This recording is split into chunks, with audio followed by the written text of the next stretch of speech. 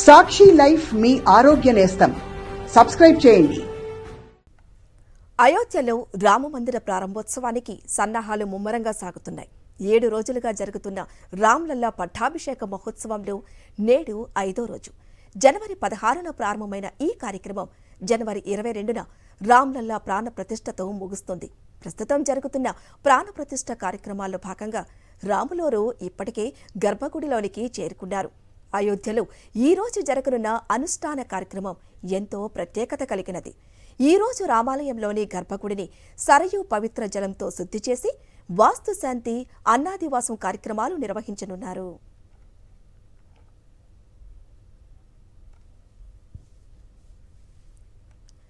అలాగే శకరాధివాసం, ఫలాధివాసం, పుష్పాధివాసం మొదలైన అనుష్ఠానాలు జరగనున్నాయి. పంచదారలో, పండ్లలో, పుష్పాలలో బాలరాముని విగ్రహాన్ని కొంతసేపు ఉంచుతారు.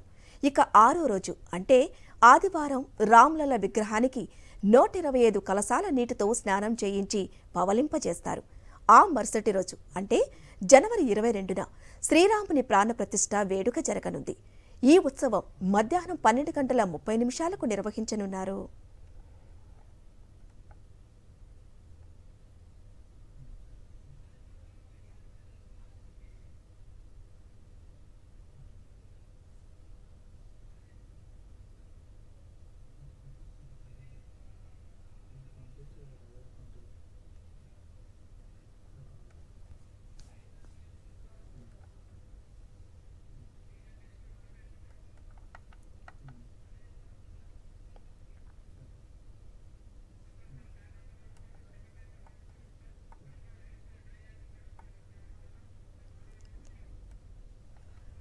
అయోధ్యలో రామమందిర ప్రారంభోత్సవానికి సన్నాహాలు ముమ్మరంగా సాగుతున్నాయి.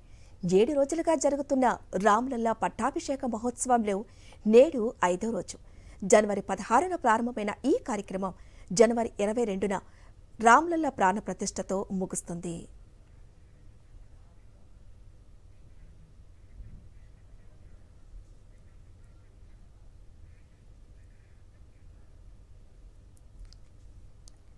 రైట్గా మరింత సమాచారం అయోధ్యలోని లతా మంగేష్కర్ చౌక్ దగ్గర మా ప్రతినిధి బిందు ఉన్నారు. మరింత సమాచారం అందిస్తారు. బిందు, చెప్పండి. హరిత, థ్యాంక్ యూ. ప్రస్తుతం నేనున్నది లతా మంగేష్కర్ చౌక్ అయోధ్య నుంచి ప్రస్తుతం లైవ్ లో సిద్ధంగా ఉన్నాను. మొత్తం అంతా కూడా ఇక్కడ యాక్టివిటీ మీకు కనబడుతుంది. ఇక్కడ నా రైట్ సైడ్ ఇక్కడ కనిపిస్తుంది ఉత్తరప్రదేశ్ పోలీసులు ప్రత్యేకంగా భద్రతా వ్యవస్థని దీనంతటినీ కూడా పర్యవేక్షిస్తున్న పరిస్థితి. వీళ్ళంతా కూడా ఇక్కడ సెక్యూరిటీ ఏ విధంగా ఉండాలి అనే అంశానికి సంబంధించి అరేంజ్మెంట్స్ చేసుకుంటున్నారు. కొంత యూపీకి సంబంధించి అఫీషియల్ యాక్టివిటీ కూడా ఎక్కువగా ఉంది. అటు యూపీ సీఎం యోగి ఆదిత్యనాథ్ తో పాటు పలువురు మంత్రులు అంతా కూడా ప్రస్తుతం అయోధ్య చేరుకుంటున్న నేపథ్యంలో సెక్యూరిటీని కూడా టైట్ చేశారు. సో నేను మీకు మరొక విజువల్ కూడా చూపించే ప్రయత్నం చేస్తాను. నా వెనకాల ప్రస్తుతం యూపీ పోలీస్ కి సంబంధించిన బ్యాండ్ వెనకాల కనబడుతోంది. వాళ్ళు రామ కీర్తనలు బ్యాండ్ పైన వాయిస్తున్నారు. ఆ విజువల్స్ కూడా ప్రస్తుతం సాక్షి టీవీ స్క్రీన్ పైన మీకు కనబడుతున్నాయి. సో మొత్తం అయోధ్య మొత్తం కూడా జనవరి 22 తారీఖుకి పూర్తిగా సిద్ధమైపోయింది అని చెప్పుకోవచ్చు. ప్రస్తుతం ఈ మార్గం అంతా కూడా రామ్ పథ్ గా ప్రధానంగా చెప్తారు. ఇటు అయోధ్య ఎంట్రీ పాయింట్ దగ్గర నుంచి సరయూ నది వరకు కూడా ఈ రామ్ పథ్ కనెక్ట్ చేస్తుంది. ఆ మధ్యలో ఈ లతా మంగేష్కర్ చౌక్ అనేది ఉంటుంది. సో మొత్తం అంతా కూడా యూపీ పోలీస్ కంట్రోల్లో ఉందని కూడా మనం ప్రధానంగా చెప్పుకోవచ్చు. చూడొచ్చు, మొత్తం దేశవ్యాప్తంగా ఉన్న మీడియా మొత్తం కూడా ఇక్కడ మనకు కనబడుతోంది. దీంతో పాటుగా ప్రపంచ మీడియా ప్రతిష్టాత్మక ఛానల్స్ అన్ని కూడా ఇక్కడే ఉన్నాయి. మరొక వైపు మీకు వాలంటీర్స్ ని చూపించే ప్రయత్నం చేస్తాను. అయోధ్యలో పెద్ద ఎత్తున దేశంలోని వివిధ ప్రాంతాల నుంచి కూడా వాలంటీర్స్ ఇక్కడికి చేరుకుంటున్నారు. అయోధ్య శుభ్రత అనేది వీళ్ళు ప్రధానంగా భుజానికి ఎత్తుకున్నారు. వీళ్ళంతా కూడా చీపుర్లతోటి అయోధ్య నగరాన్ని శుభ్రం చేస్తున్నారని చెప్పుకోవచ్చు. ఒక వాలంటీర్ వ్యవస్థ ఒకటి బలంగా పనిచేస్తోంది అయోధ్యలో. వీళ్ళంతా కూడా ఈ రామ్ పథ్ మార్గం అంతా కూడా వీళ్ళు నీట్ గా, కంప్లీట్ గా, క్లీన్ గా ఉంచే బాధ్యతని వీళ్ళు తమ చేతుల్లోకి తీసుకున్నారు. ఆ విజువల్ కూడా ప్రస్తుతం మనకి సాక్షి స్క్రీన్ పైన కనిపిస్తుంది.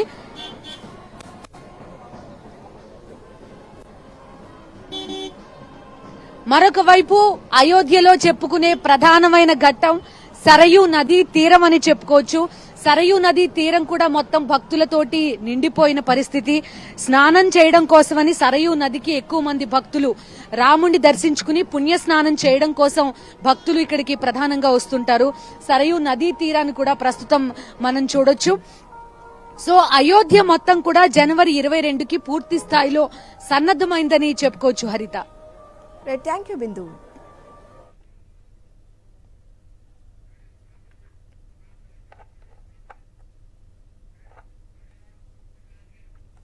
అయోధ్యలో బాలరాముడి ప్రాణ ప్రతిష్టకు సర్వం సిద్ధమైంది. ఎన్నో ఏళ్ల కల నిజమవుతున్న వేళ అయోధ్యకు భారీగా భక్తులు తరలివస్తున్నారు. అయోధ్య నుంచి మరింత సమాచారం మా ప్రతినిధి వెంకటేష్ అందిస్తారు. దశాబ్దాలుగా టెంట్లో ఉంటున్న బాలరాముడికి శాశ్వత మందిరం లభించింది. సుప్రీంకోర్టు గ్రీన్ సిగ్నల్ తో వివాదానికి తెరపడింది. అయోధ్యలో దివ్య భవ్య రామాలయం, నా వెనుక కనపడుతున్నటువంటి దివ్య భవ్య రామ మందిరం నిర్మాణమైంది. ఈ నెల 22వ తేదీన ప్రధానమంత్రి నరేంద్ర మోడీ ఈ మందిరంలోనే బాలరాముడికి విగ్రహానికి ప్రాణ ప్రతిష్ఠ చేయబోతున్నారు. Sakshi live and exclusive coverage Srirama దేవాలయానికి సంబంధించినటువంటి దృశ్యాలు ఇప్పుడు మీరు సాక్షి టీవీ స్క్రీన్ పైన చూస్తున్నారు. మొత్తం సిద్ధమైంది. ఈ నెల 22వ తేదీన మధ్యాహ్నం ప్రధానమంత్రి నరేంద్ర మోడీ చేతుల మీదుగా ఈ మందిరంలో ప్రాణ ప్రతిష్ఠ జరగబోతోంది. ఇప్పటికే దానికి సంబంధించినటువంటి క్రతువులన్నీ ప్రారంభమయ్యాయి. వివాదాలకు కేంద్ర బిందువుగా ఉన్నటువంటి ఈ అయోధ్య రామ జన్మభూమిపై వందల సంవత్సరాలుగా అనేక వివాదాలు నడిచాయి. వలస పాలకులు, మొఘళ్ళ దాడితో ఇక్కడ ఉన్నటువంటి రామాలయం ధ్వంసమైన తర్వాత బాబర్ ఇక్కడ ఒక మసీదు నిర్మించిన అనంతరం అనేక సంవత్సరాల పాటు ఇక్కడ వివాదం నడిచింది. ఆ వివాదాలన్నీ కూడా సుప్రీంకోర్టు క్లియరెన్స్ ఇచ్చిన తర్వాత ఈరోజు అయోధ్యలో ఒక దివ్యమైనటువంటి భవ్యమైనటువంటి రామ మందిరం పూర్తయింది. ఇక తరతరాలు శ్రీరామచంద్రుడిని కొలిచేందుకు, మర్యాద పురుషోత్తముడైనటువంటి శ్రీరాముడిని కొలిచేందుకు భక్తులంతా తండోపతండాలుగా రాబోతున్నారు. నా వెనుక కనపడుతున్నటువంటి ఈ రామాలయం కోసం కొన్ని వందల సంవత్సరాలుగా హిందువులంతా కూడా ఎదురు చూస్తున్నారు.